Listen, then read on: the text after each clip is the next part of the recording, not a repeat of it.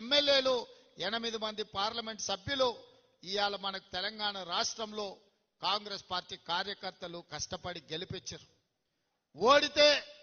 ఓడినప్పుడు కుంగిపోవడము, గెలిచినప్పుడు ఉప్పొంగిపోవడం కాదు.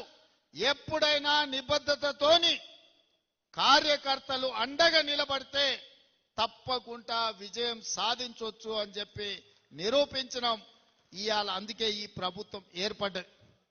అందుకే మిత్రులారా, మీరందరినీ నిన్న మొన్న చూస్తున్నాం.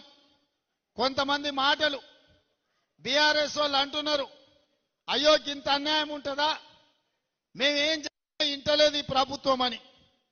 10 ఏళ్ళు మా కార్యకర్తల్ని కొట్టి చంపి కేసులు పెట్టి జైళ్లలో పెట్టినప్పుడు కేసీఆర్ ఎక్కడ పోయింది రాజనీతి, ఎక్కడ పోయింది ప్రజాస్వామ్యం ఆనాడు?